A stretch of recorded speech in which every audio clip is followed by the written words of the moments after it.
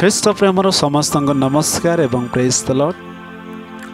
June 7 ତାରିଖ 2025 ଆଜିର ବାଣୀ ବିଚାରକର୍ତ୍ତା ପୁସ୍ତକ 2 ଅଧ୍ୟାୟ 11ରୁ 16 ପଦ।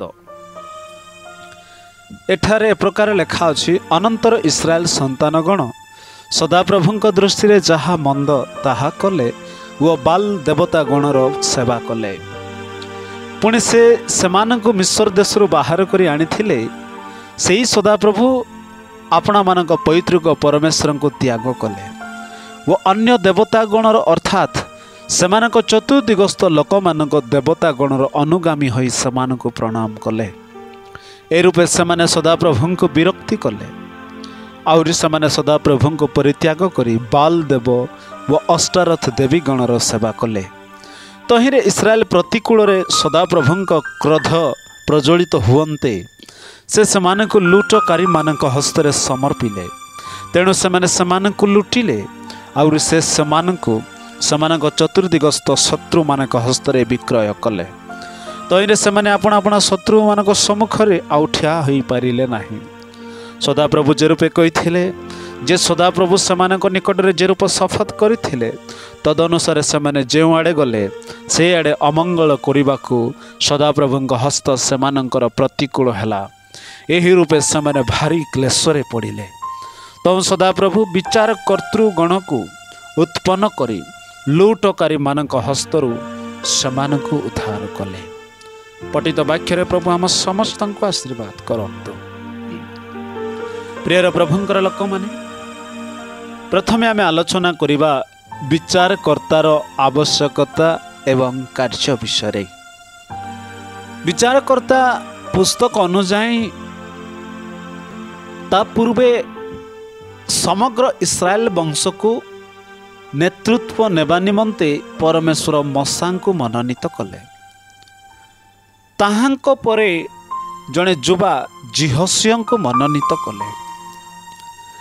ଏ ଦୁଇ ପ୍ରଭୁଙ୍କର ଦାସ ଯେତେବେଳେ ପ୍ରଭୁଙ୍କର ଏକ ନିର୍ଦ୍ଦିଷ୍ଟ କିଣାନ ମନୋନୀତ ସ୍ଥାନକୁ ପ୍ରଭୁ ସେମାନଙ୍କୁ କଢ଼େଇ ଆଣୁଥିଲେ। କାଳକ୍ରମେ ଦୁଇ ପ୍ରାଣୀ ମୃତ୍ୟୁବରଣ କଲା ପରେ ସମଗ୍ର ଇସ୍ରାଏଲ ବଂଶ ସେମାନେ ପ୍ରଭୁଙ୍କ ବିରୁଦ୍ଧରେ ସିଧାସଳଖ ଭାବରେ ପାପ କଲେ। ଲେଖା ଅଛି, ଇସ୍ରାଏଲ ସନ୍ତାନଗଣ ସଦାପ୍ରଭୁଙ୍କ ଦୃଷ୍ଟିରେ ଯାହା ମନ୍ଦ ତାହା କଲେ। ସତ୍ୟ ସର୍ବଶକ୍ତିମାନ ପରମେଶ୍ୱର ପୂଜା ବିଧିକୁ, ଅନ୍ୟ ଦେବାଦେବୀକୁ ପୂଜା କରିବା ଘୃଣା କରନ୍ତି। କିନ୍ତୁ ଏହି ପ୍ରଭୁଙ୍କର ଦାସମାନଙ୍କ ମୃତ୍ୟୁ ପରେ ସିଧାସଳଖ ଭାବରେ ଇସ୍ରାଏଲ ଲୋକମାନେ ପାପ ଅର୍ଥାତ୍ ପୂଜା ବିଧି କଲେ।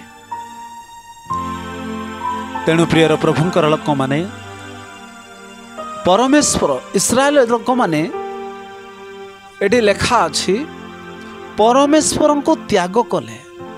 ଅନ୍ୟ ଦେବତା ଗଣର ଅର୍ଥାତ୍ ସେମାନଙ୍କ ଚତୁର୍ଦିଗର ଯେଉଁ ଲୋକମାନେ ନିଜ ନିଜର ଦେବାଦେବୀଙ୍କୁ ପୂଜା କରୁଥିଲେ, ସେହି ଦେବାଦେବୀଙ୍କୁ ଇସ୍ରାଏଲ ଲୋକମାନେ ମଧ୍ୟ ଅନୁଗାମୀ ହୋଇ ସେମାନଙ୍କୁ ପ୍ରଣାମ କଲେ, ସେମାନଙ୍କୁ ପୂଜା କଲେ। ଏହି ରୂପେ ସଦାପ୍ରଭୁଙ୍କୁ ସେମାନେ ବିରକ୍ତ କଲେ। ସେହି କାରଣ ସକାଶୁ, ସେହି ପାପ ସକାଶୁ ଇସ୍ରାଏଲ ଲୋକମାନଙ୍କୁ ଅନ୍ୟ ଦେଶର ଲୋକମାନେ ଇସ୍ରାଏଲ ଲୋକମାନଙ୍କୁ ଲୁଟୁଥିଲେ। କିନ୍ତୁ କାଳକ୍ରମେ ପରମେଶ୍ୱର ଏହି ପଥହରା ଭ୍ରଷ୍ଟ ପାପୀ ମଣ୍ଡଳୀ ଇସ୍ରାଏଲକୁ ଉଦ୍ଧାର କରିବା ପାଇଁ ପରମେଶ୍ୱର କେତେକ ବିଚାରକର୍ତ୍ତା ମାନଙ୍କୁ ଉତ୍ପନ୍ନ କଲେ। ତେଣୁ ସେହି ବିଚାରକର୍ତ୍ତା ମାନେ ଇସ୍ରାଏଲ ଲୋକମାନଙ୍କୁ ଶାସନ କଲେ। ବର୍ତ୍ତମାନ ଆମମାନଙ୍କର ଭାରତ ଦେଶରେ ମଧ୍ୟ ଯଦି କୌଣସି ରାଜ୍ୟରେ କିଛି ମନ୍ତ୍ରୀ, ମୁଖ୍ୟମନ୍ତ୍ରୀର ସମସ୍ୟା ହୁଏ ବା ଅଚାନକ ଭାବରେ मुख्यमंत्री इस्तीफा दियंती बा छाड़ी दियंती ताहा हेले संविधान अनुजाई आमनकर राष्ट्रपति से राज्य को शासन करेंगे। राष्ट्रपति शासन बोली कहा जाए। ठीक से प्रकार कालक्रमे इस्राएल देश मध्यरे इस्राएल राज्य मंडली मध्यरे जेबे प्रभुंकर मनोनीत लोक माने न थिले मृत्युवरण कले से समय एई विचारकर्ता मानक द्वारा राज्य मंडली शासित प्रचलित हेउथिला। तेणु विचारकर्ता पुस्तक आमे जानू 12 ରୁ 13 गोटी विचारकर्ता माने ए विचारकर्ता पुस्तक पुरुष एवं स्त्री माने इस्राएल वंश मंडली को विचारकर्ता भाव रे इस्राएल मंडली को परिचालन करि आसुथे। तेणु प्रियर प्रभुंकर लोक माने सेते बेले 50 जनक उपरे जणे 100 जनक उपरे जणे 1000 जनक उपरे जणे एपरि केतेक को नियुक्त करा जाउथिला। तो ए माने विचारकर्ता माने समग्र इस्राएल मंडली को परिचालना करुथिले। तेणु प्रियर प्रभुंकर लोक माने ए विचारकर्ता पुस्तक यही विषय आमे जानू। यही अंश को आमे पाठ कलु। लेखा अच्छी तार 11 रे अनंतर इस्राएल संतानगण सदाप्रभुंक दृष्टि रे जहा मंद ताहा कले अर्थात बाल एवं लेखा अच्छी तार से 14 पद 13 पदरे बाल देव एवं अष्टारथ देवी गण को से माने सेवा कले पूजा कले